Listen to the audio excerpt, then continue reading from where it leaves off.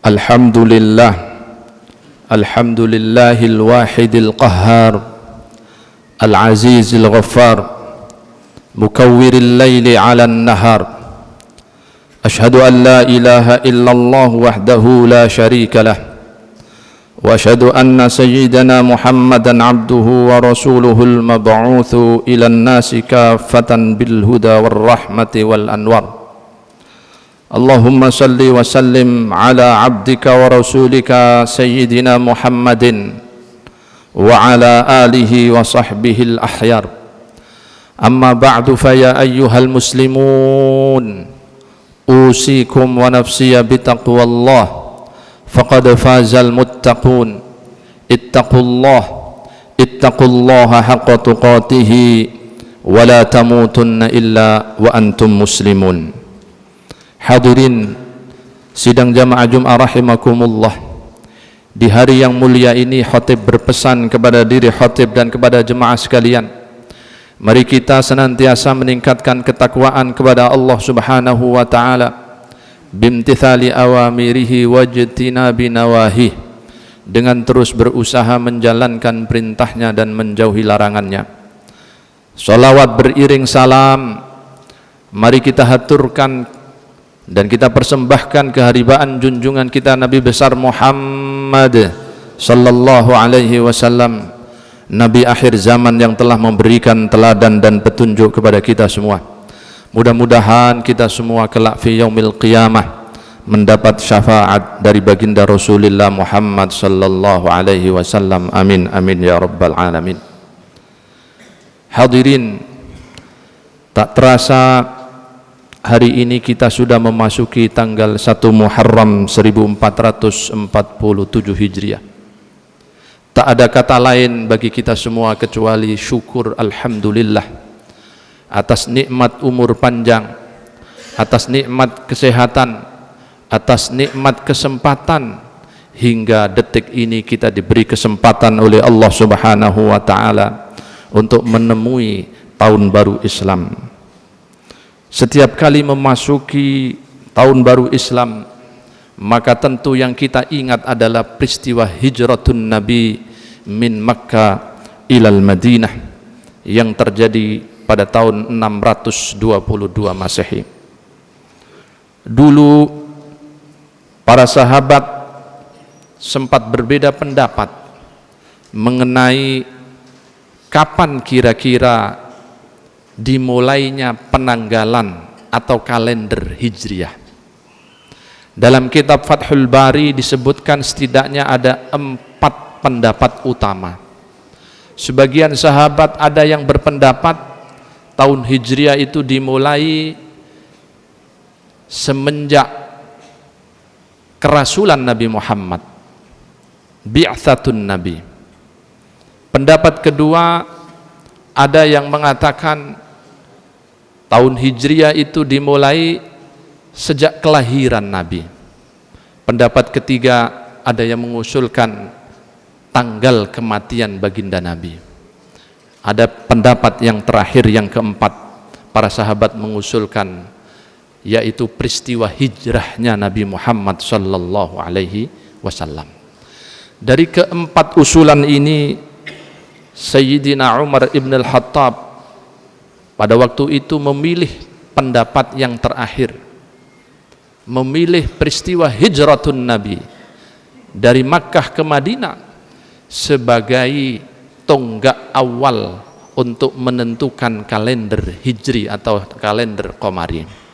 Maka sejak saat itulah kemudian bulan Muharram dipilih oleh Sayyidina Umar sebagai penanda bulan pertama dari penanggalan Hijriah. Kenapa Muharram yang dipilih bukan Rabiul Awal, padahal peristiwa hijrah terjadi di Rabiul Awal?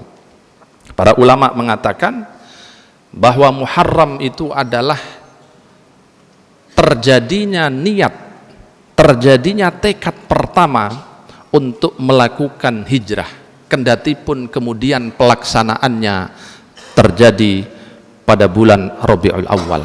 Karena itu Sayyidina Umar menetapkan Muharram sebagai penanggalan atau bulan pertama dari tahun Hijriah. Muharram dipilih selain karena di bulan itulah i'tikad dan niat pertama hijrah ditancapkan, adalah karena juga Muharram itu terjadi satu hukum yang luar biasa. Allah Subhanahu wa taala mengharamkan di bulan ini al-qital, pertumpahan darah dan peperangan yang kerap terjadi antar suku dengan suku yang lain di bangsa Arab pada waktu itu.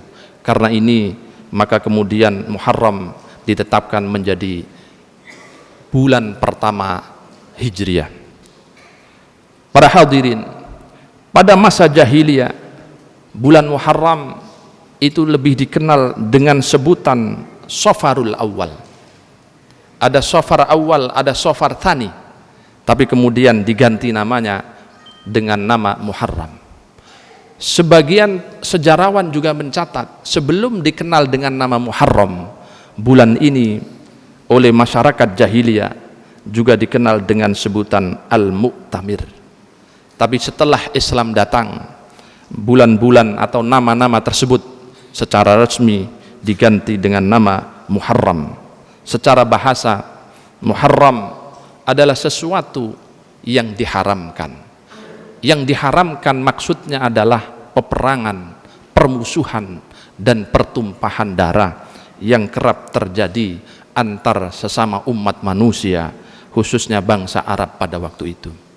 Karena itulah Syahrul Muharram juga dikenal dengan istilah Syahrullah, bulannya Allah. Pengidofahan, penyandaran bulan Muharram kepada nama Allah, kata para ulama, ini menunjukkan bahwa bulan ini begitu mulia dan dihormati. Kenapa mulia dan dihormati? Karena bulan Muharram adalah salah satu dari 4 bulan yang dihormati dan diharamkan di dalamnya dilaksanakan kedaliman-kedaliman, termasuk al-qital atau peperangan antar sesama. Maka tidak berlebihan kalau kemudian dalam banyak hadis baginda Rasul memerintahkan kepada kita untuk mengisi bulan Muharram ini dengan kebaikan-kebaikan. Salah satunya adalah dengan mengisinya dengan puasa. Nabi mengatakan misalnya afdhalus siyam ba'da Ramadan syahrullahil Muharram, bahwa sebaik-baiknya puasa setelah puasa Ramadan itu adalah puasa yang dilakukan di Syahrullah, yakni bulan Muharram hari ini. Tepatnya nanti tanggal 10, wakila dimulai dari tanggal 9 atau Tasu'a.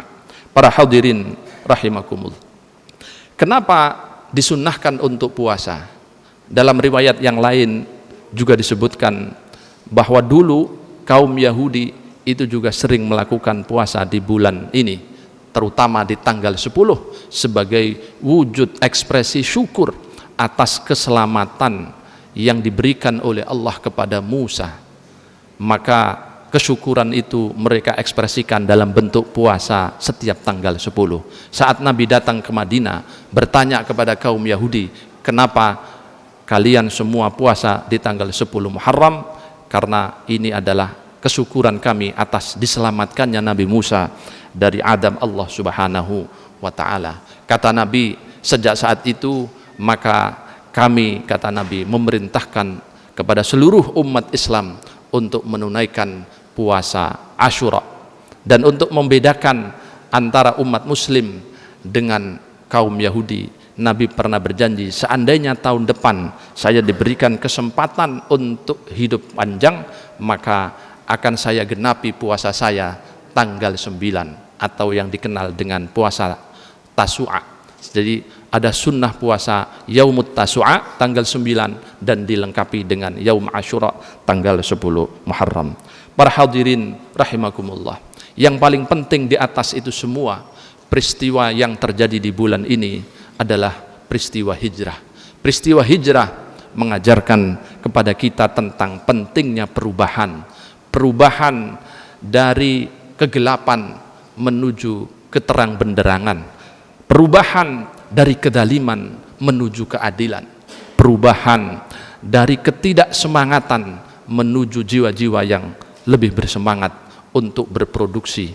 Karena itu para hadirin, dikatakan di dalam Al-Quran, kita atau Allah tidak akan merubah sebuah komunitas, tidak akan merubah sebuah umat, kecuali umat itu mau merubah apa yang ada di dalam dirinya sendiri. Innallaha la yughayyiru ma biqaumin hatta yughayyiru ma bi anfusihim. Para mufassir memaknai ma bi anfusihim, sesuatu yang ada di dalam diri mereka, para kaum itu adalah al-qalbu wal aqlu, akal dan hati. Oleh karena itu, langkah pertama kalau kita ingin merefleksikan peristiwa hijrah agar kita berubah dari yang buruk menjadi yang baik, maka hal pertama yang harus kita lakukan adalah tajdidun niyah, perubahan niat. Kita tancapkan semangat kita semua untuk merubah hal-hal yang buruk di tahun lalu, kemudian kita rubah, kita ganti dengan semangat dan hal-hal yang positif di tahun ini. Bukankah baginda Rasul saat melakukan perjalanan hijrah dari Mekah ke Madinah itu juga butuh perjuangan yang luar biasa, dan karena itu yang mendorong perjuangan Nabi hingga sampai datang ke Madinah salah satunya adalah niat dan tekad yang luar biasa dalam hati. Maka dikatakan dalam hadis yang sangat populer dalam Sahih Bukhari, innamal a'malu bin niyat wa innama likulli imri'in ma nawa. Faman kanat hijratuhu ila Allahi wa rasulihi fa hijratuhu ila Allahi wa rasulih. Wa man kanat hijratuhu lidunya yusibuha aw imra'atin yankihuha fa hijratuhu ila ma hajara ilaihi. Niat atau tekad itu menjadi penentu seluruh aktivitas kehidupan manusia. Jika niatnya karena Allah dan untuk Allah, maka insya Allah seluruh aktivitasnya akan dicatat sebagai kebaikan di sisi Allah Subhanahu wa ta'ala. Yang kedua yang bisa kita lakukan untuk melakukan perubahan sebagai bagian dari ekspresi dan kontekstualisasi hijrah adalah dengan mengikuti dan meniru orang-orang yang dicintai oleh Allah Subhanahu wa ta'ala. Kita jadikan mereka-mereka sebagai role model kehidupan kita. Siapa mereka yang bisa kita tiru, yang bisa mendrive kehidupan kita menjadi lebih baik? Ada 4 golongan sebagaimana dikatakan di dalam ayat Al-Quran, wa may yuti'illaha war rasul fa ulaika ma'al ladzina an'ama Allahu 'alaihim minan nabiyyin was-siddiqin wasyuhada'i was-salihin.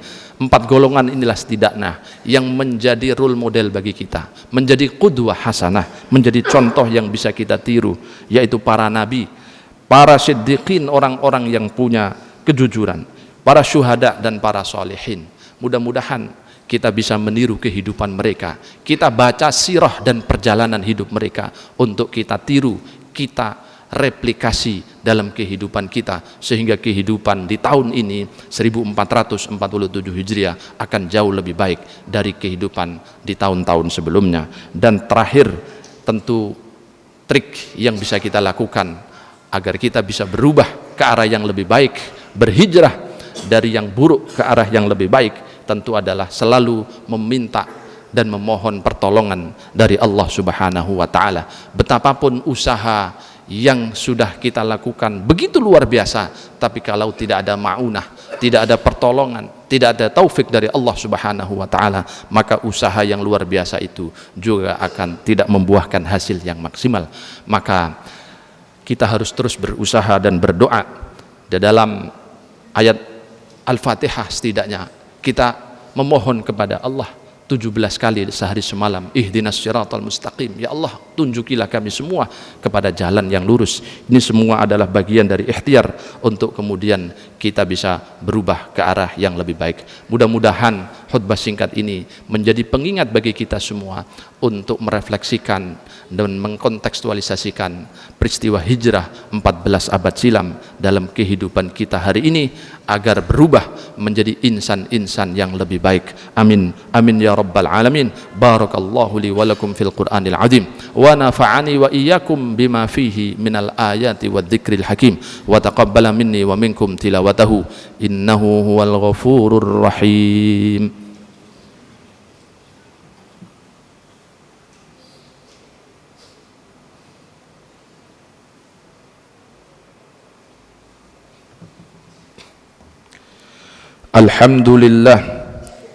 Alhamdulillahilladzi ansha'al kauna wa sahharah wa subhana man nazzamahu wa dabbarah wa subhana man adarahu wa sayyarah wa subhana man qada ala kulli shay'in wa qaddarah.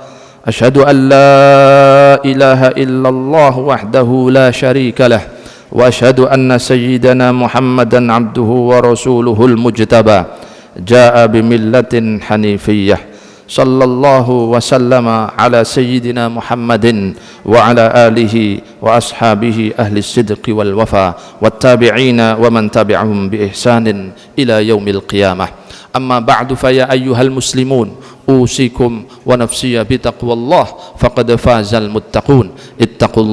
ittaqullaha haqqa tuqatih wa la tamutunna illa wa antum muslimun. Wa qala ta'ala fi kitabihil karim, a'udzu billahi minasy syaithanir rajim, innallaha wa malaikatahu yusalluna 'alan nabi ya ayyuhalladzina amanu sallu 'alaihi wa sallimu taslima. Allahumma salli wa sallim wa barik 'alaihi wa 'ala alihi wa ashabi ajma'in. Allahumma ighfir lil muslimina wal muslimat wal mu'minina wal mu'minat al-ahya'i minhum wal amwat innaka sami'un qaribun mujibud da'awat wa ya qadiyal hajat. Allahumma aslih lana dinana alladhi huwa ismatu amrina wa aslih lana dunyana allati fiha ma'ashuna wa aslih lana akhiratana allati ilayha ma'aduna waj'alil hayata ziyadatan lana fi kulli khair waj'alil mauta rahatan lana min kulli syarr. Rabbana atina fid dunya hasanah wa fil akhirati hasanatan wa qina adzabannar walhamdulillahi rabbil alamin. Ibadallah, innallaha ya'muru bil 'adli wal ihsan wa ita'i dzil qurba wa yanha 'anil fahsya'i wal munkari wal baghi ya'idukum la'allakum tadhakkarun wa la dzikrullahi akbar. Aqimus shalah.